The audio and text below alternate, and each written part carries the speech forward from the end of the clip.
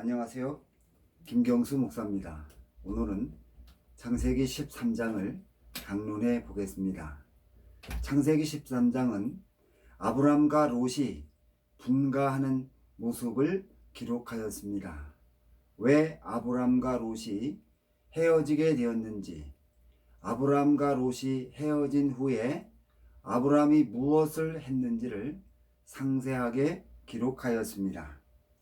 창세기 13장 1절 2절에서 아브라함이 애굽에서 그와 그의 아내와 그의 모든 소유와 롯과 함께 네겝으로 올라가니 아브라함에게 가축과 은과 금이 풍부하였더라고 하였습니다.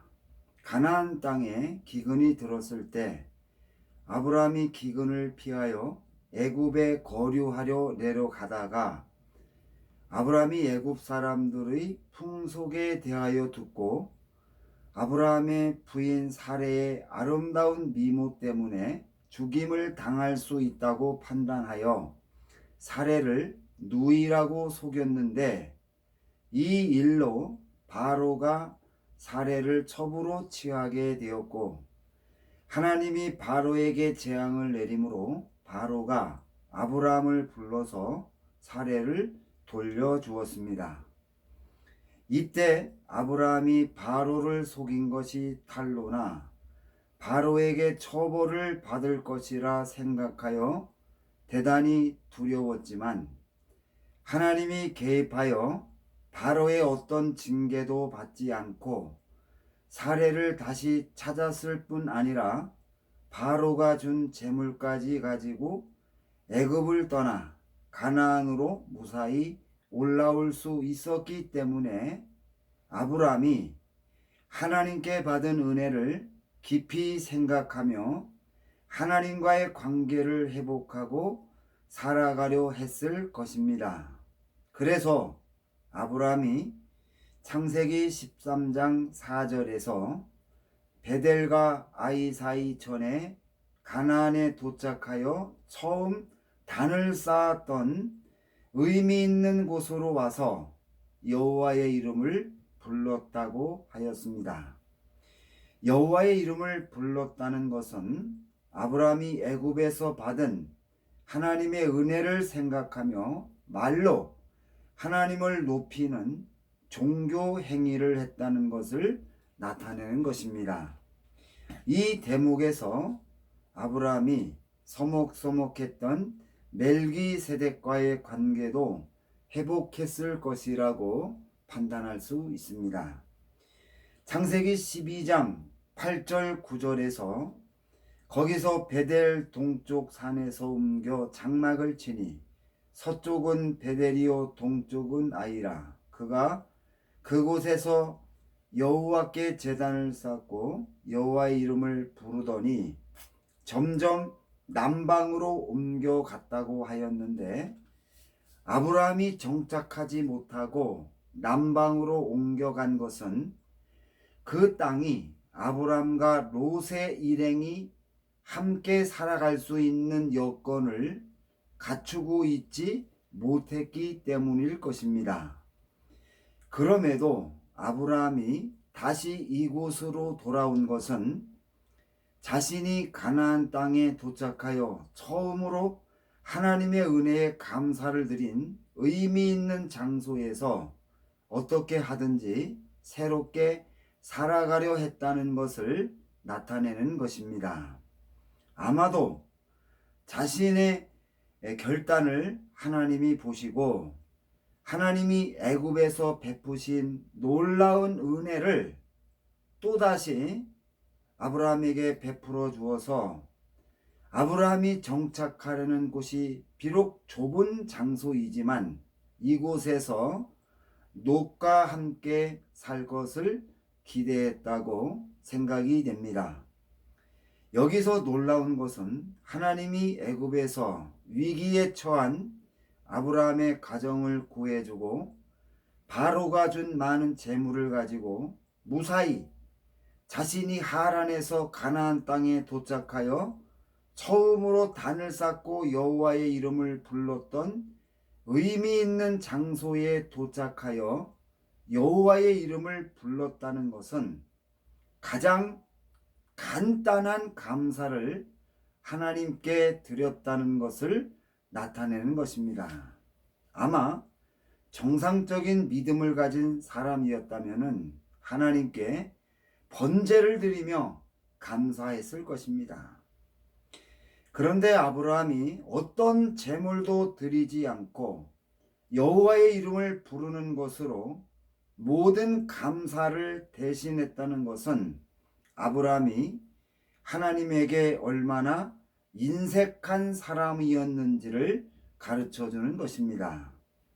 하나님이 애굽에서 아브라함의 생명과 가정과 재산을 구해 주었는데 아브라함이 하나님께 받은 은혜에 대하여 드린 감사가 마치 모르는 길을 가르쳐 준 것에 대한 고마움 정도였다는 것은 아브라함이 하나님에게 대단히 인색하고 이기적인 사람이었다는 것을 나타내는 것입니다.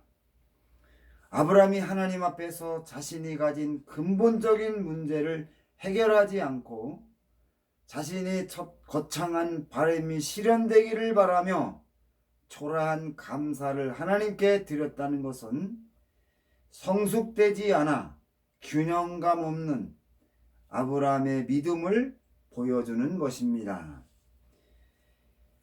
아브라함과 롯이 헤어지게 됩니다. 아브라함과 함께 애굽에서 돌아온 롯도 양과 소와 장막이 있었다고 하였습니다.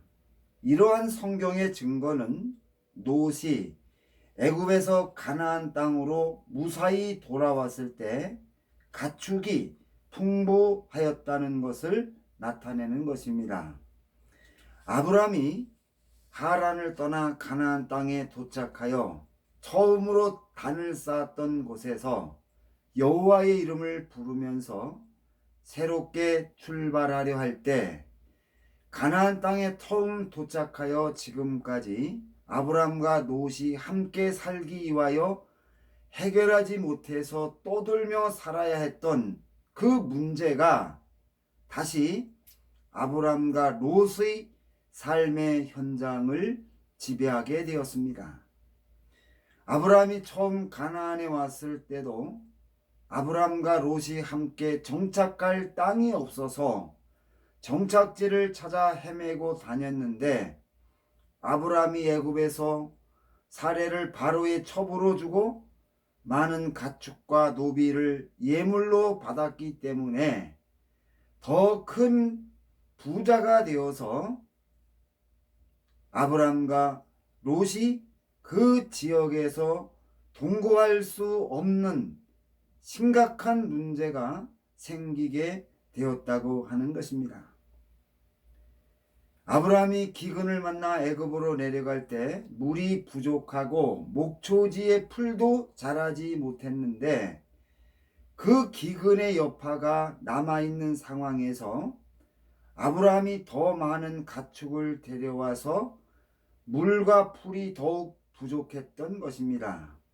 이러한 환경에서 아브라함과 롯의 목자들이 풀과 물을 확보하기 위하여 경쟁하는 것은 필연적 결과였으며 때문에 두 진영 사이에 심각한 갈등이 생겼던 것입니다.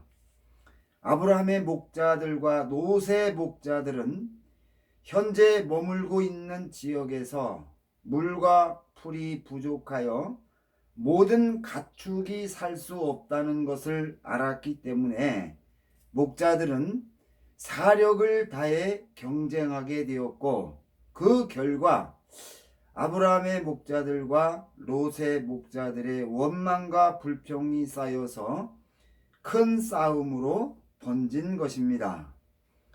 창세기 13장 7절에서 가나안 사람과 브리스 사람도 그 땅에 거했다는 것은 목자들 간의 다툼이 그 지역의 평화를 깨고 원주민들까지 분쟁에 휘말릴 수 있었다는 것을 나타내는 것입니다. 아브라함과 롯이 신속하게 이 문제를 해결해야 하는 상황을 맞이했던 것입니다. 아브라함이 이 문제를 해결하기 위해서 롯에게 중대한 제안을 하였습니다. 창세기 13장 8절에서 우리가 한 친족이라고 했는데 이 말은 윗대부터 뼈와 살을 함께 나누어 받은 형제 자매를 가리키는 말입니다. 우리가 가까운 사이이지만 다투지 않고 평화롭게 살기 위해서 헤어지는 것이 최선책이라고 하였습니다. 여기서 아브람은 자기 생명처럼 아끼고 사랑하는 롯을 위하여 먼저 땅을 선택해서 정착할 수 있는 권리를 주었습니다. 창세기 13장 9절에서 내 앞에 온 땅이 있지 아니하냐 나를 떠나가라. 내가 좌하면 나는 우하고 내가 우하면 나는 좌하겠다는 아브라함의 양보에는 롯을 사랑하고 진심으로 아끼는 마음과 가나안 땅을 가볍게 여기는 마음이 함께 담겨 있습니다. 이 말을 들은 롯이 아브라함의 양보를 등에 업고 요단뜰을 선택하였습니다. 롯이 요단뜰을 바라보았을 때 물이 넉넉하고 여호와의 동산 같고 애굽 같았기 때문에 가축을 키우며 살기에 좋은 장소라고 판단하였던 것입니다. 그동안 아브라함이 롯에게 베풀어준 많은 사랑과 배려를 등에 업고 자신이 살아가기에 최고로 좋은 요단뜰을 선택하였던 것입니다. 이러한 행태는 롯이 아브라함의 일방적인 양보를 받고 살아온 일상적인 모습을 보여주는 것이라고 판단이 됩니다. 그러나 롯이 좋은 선택을 했다고 생각했지만 이곳에는 소돔과 고모라가 위치해 있었고 창세기 13장 13절에서 소돔 사람들은 악하여 여호와 앞에 죄인이었다고 언급하였습니다. 아브라함의 양보는 아름다워 보이고 칭찬받을 만한 일이라고 생각할 수 있지만 아브라함의 중대한 실수입니다. 만약에 롯이 지금 머물고 있는 가나안 땅을 좋게 보고 이 땅을 선택하면서 아브라함에게 가나안 땅 밖으로 나가 달라고 했다면 아브라함이 가나안 땅을 떠나서 살아야 했을 것입니다. 그리고 시간이 지나면은 롯의 자손이 가나안 땅을 차지하게 되었을 것입니다. 그러면은 하나님이 가나안 땅에 도착한 아브라함과 그 자손에게 이 땅을 주신다고 계획했기 때문에 아브라함의 자손이 아닌 친족이 이 땅을 차지하게 되어 하나님의 계획과 충돌이 생긴다는 것입니다. 하나님이 약속한 것을 아브라함이 깨뜨렸다고 하더라도 하나님이 계획하신 대로 기필코 주시고 이루기 때문에 롯이 이 땅을 차지하고 그 자손이 번창하면 하나님의 계획에 충돌이 생겨서 롯의 자손들이 어려움에 빠질 수 있었다는 것입니다. 따라서 롯이 가나안 땅을 선택하고 아브라함이 롯의 선택을 존중하여 다른 곳으로 떠났다면 하나님이 다시 롯을 떠나게 하고 아브라함을 가나안 땅으로 돌아오게 하는 과정에서 큰 어려움이 생길 수 있었다는 것입니다. 하나님이 계획한 것을 실현할 때 인간의 선택과 결정에 절대로 영향을 받지 않으며 하나님의 계획은 반드시 그대로 성취되기 때문에 아브라함의 양보가 롯에게 큰 어려움을 가져다 줄 수 있었다는 것입니다.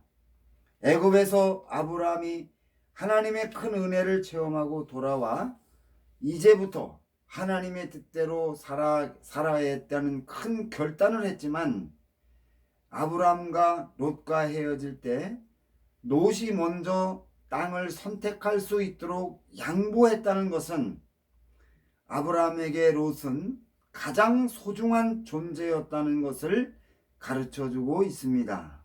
그러므로 이제 지나온 세월 속에서 아브라함이 하란에서 아브라함에게 하란을 떠나 내가 네게 보여줄 땅으로 가라고 했을 때 롯을 데려온 선택과 결정을 이해할 수 있을 것입니다. 롯이 아브라함을 떠난 후에 하나님이 아브라함에게 새로운 약속을 주셨습니다. 창세기 13장 14절부터 17절까지에서 롯이 아브라함을 떠난 후에 여호와께서 아브라함에게 이르시되 너는 눈을 들어 너희 있는 곳에서 북쪽과 남쪽 그리고 동쪽과 서쪽을 바라보라. 보이는 땅을 내가 너와 내 자손에게 주리니 영원히 이르리라. 내가 내 자손이 땅의 티끌같이 하리니 사람이 땅의 티끌을 등이 셀 수 없을진데 내 자손도 세리라. 너는 그 땅을 종과 행으로 두루 다녀보라. 내가 그것을 내게 주리라고 하였습니다. 본문에서 하나님이 아브라함에게 주신 약속은 땅과 자손에 대한 것입니다. 창세기 12장 7절에서 하나님이 이 땅을 아브라함의 자손에게 주신다고 약속했는데, 창세기 13장 14절부터 17절까지에서 또다시 가나안 땅에 대한 약속을 주셨다는 것은 창세기 12장 7절에서 아브라함이 하나님을 향해서 단을 쌓아 하나님의 약속을 폐기시켰다는 것을 나타내는 것입니다. 그리고 창세기 12장 7절에서 아브라함이 땅의 약속을 폐기시켰는데, 창세기 13장 16절에서 하나님이 아브라함의 자손에 대한 약속도 함께 주셨다는 것은 땅에 대한 약속과 자손에 대한 약속이 하나로 연결되었다는 것을 증거하는 것입니다. 창세기 12장 7절의 내용과 창세기 13장 14절부터 17절까지의 내용을 비교하면 하나님이 땅을 주신다는 대상이 아브라함의 자손에서 아브라함으로 구체화되었다는 것을 알 수 있습니다. 그리고 그 땅을 두루두루 다니며 탐방해 보라고 하였습니다. 하나님이 아브라함에게 하나님이 주신다고 약속한 땅을 종과 행으로 두루 다녀보게 한 것은 그 땅이 아브라함을 실망시키는 땅이 아니라는 것을 보여주기 위함이었다고 판단이 됩니다. 이렇게 하여 창세기 13장 14절 15절에서 아브라함이 가나안 땅을 받는 당사자로 정해졌습니다. 그리고 아브라함의 씨가 번성하여 땅에 티끌같이 될 것이라고 약속하였는데, 이것은 아브라함의 자손이 가나안 땅에서 크게 번성한다는 것을 약속하는 것으로 창세기 12장 2절에서 내가 너로 큰 민족을 이룬다는 약속의 또 다른 표현이라고 판단이 됩니다. 롯이 아브라함을 떠난 후에 하나님이 창세기 13장 14절부터 17절까지의 약속을 주셨다는 것은 아브라함을 통하여 하나님의 계획을 실행하는데 롯이 가장 큰 방해자였다는 것과 아브라함을 애굽에 내려가게 했던 기근도 아브람과 롯을 헤어지게 하려는 목적이 있었다는 것을 가르쳐 주는 것입니다. 그리고 하나님이 아브라함의 자손을 땅의 티끌같이 하리라고 말씀하셨는데, 티끌은 아브라함이 가나안 땅에서 눈을 뜨면 볼 수 있는 것으로 하나님이 아브라함의 자손을 신속하게 번성케 하여 하나님의 계획한 것을 성취하겠다는 하나님의 의지를 드러내는 것입니다. 이 말씀은 자식이 없는 아브라함에게 머지않아 아들을 주겠다는 것을 암시하는 그러한 귀한 말씀입니다. 그리고 아브라함이 하나님의 말씀을 듣고 헤브론으로 장막을 옮기고 거기서 여호와를 위하여 단을 쌓았다고 하였습니다. 이 상황에서 아브라함에게 믿음이 있었다면 하나님이 지금 보이는 땅을 아브라함 자신과 아브라함의 자손에게 주신다는 약속을 듣고 감사하며 찬양했을 것입니다. 아브라함은 이제 다른 곳으로 이사를 다닐 필요도 없어졌으며 가나안 땅에서 삶의 안정을 얻어서 아브라함의 자손이 번창할 수 있었기 때문입니다.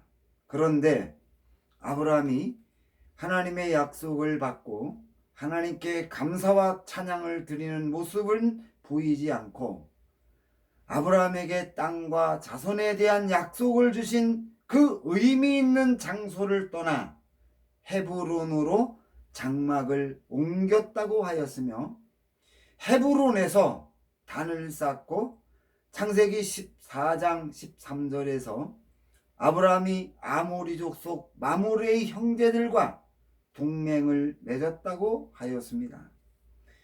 아브라함이 헤브론으로 이주하여 단을 쌓은 것은 하나님을 반역하는 행위로 하나님이 아브라함과 롯을 헤어지게 만들었다고 판단하여 보복하는 행위입니다. 그리고 아브라함이 헤브론에서 아모리족 속인 마므레의 형제들과 동맹을 맺은 것은 하나님이 아브라함에게 주신다고 약속한 땅을 받지 않고 동맹을 맺은 사람들과 함께 살겠다는 의미로 해석할 수 있다는 것입니다.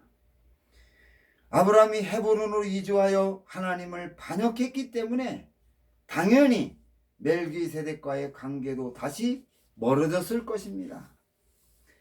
아브라함이 창세기 12장 7절에서 단을 쌓은 것은 가나안 땅을 대하는 아브라함의 하찮은 심정을 표현한 것이며, 창세기 13장 18절에서 또 같은 죄를 범한 것은 하나님이 아브라함과 롯을 헤어지게 만든 데 대하여 정면으로 반발하여 하나님을 대적하는 의미가 담겨 있는 것입니다.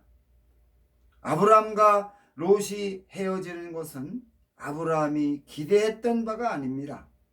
아브라함에게 롯은 대단히 중요한 사람이었기 때문에 가능하면 죽을 때까지 함께 살려고 하였습니다.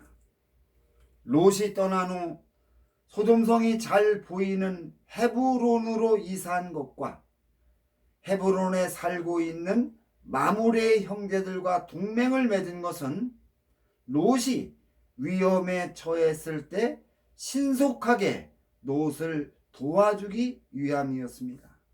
이러한 증거는 롯이 아브람과 헤어져 소돔성 근처에서 살다가 얼마 지나지 않아 소돔성 안으로 들어가 살게 된 것과 소돔성 사람들이 악하여 롯을 해칠 수 있다고 판단했기 때문이라고 생각이 됩니다. 아브람은 자신의 생각이 하나님의 뜻과 대치될 때 하나님의 뜻에 자신의 생각을 맞추고 따라가는 것이 아니라 자신의 생각과 계획에 하나님의 뜻을 맞추어서 하나님의 뜻이 자신의 생각과 다르면 하나님을 배반하고 자신의 생각대로 행동하는 사람이었습니다. 아브라함은 주인도 받아버리는 염소와 같은 사람이었습니다. 이번이 두 번째로 하나님을 반역했는데, 반역한 이유를 생각하면 아브라함이 자기 중심적으로 이기적이며 하나님을 얼마나 하찮게 생각했는지를 가르쳐주고 있습니다.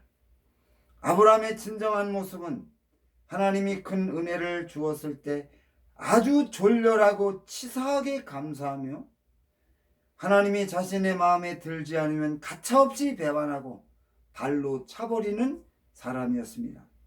아브라함은 절대로 순종의 사람이 아닙니다. 이것이 성경이 우리에게 가르쳐주는 아브라함의 진정한 모습입니다. 아브라함은 반역의 사람이로, 아브라함은 정말로 하나님을 배반을 밥 먹듯 하는 그러한 사람이었습니다. 오늘을 살아가는 성도는 아브라함처럼 행동해서는 절대로 안 될 것입니다. 이렇게 해서 창세기 13장의 강론을 모두 마치겠습니다. 이 강론을 통하여 성경을 더욱 깊이 이해하게 되고, 우리의 믿음이 하나님의 말씀 반석 위에 세워지는 든든한 믿음이 되어서 하나님의 큰 역사를 감당하는 귀한 은혜가 임하기를 주님의 이름으로 부탁드리겠습니다. 감사합니다.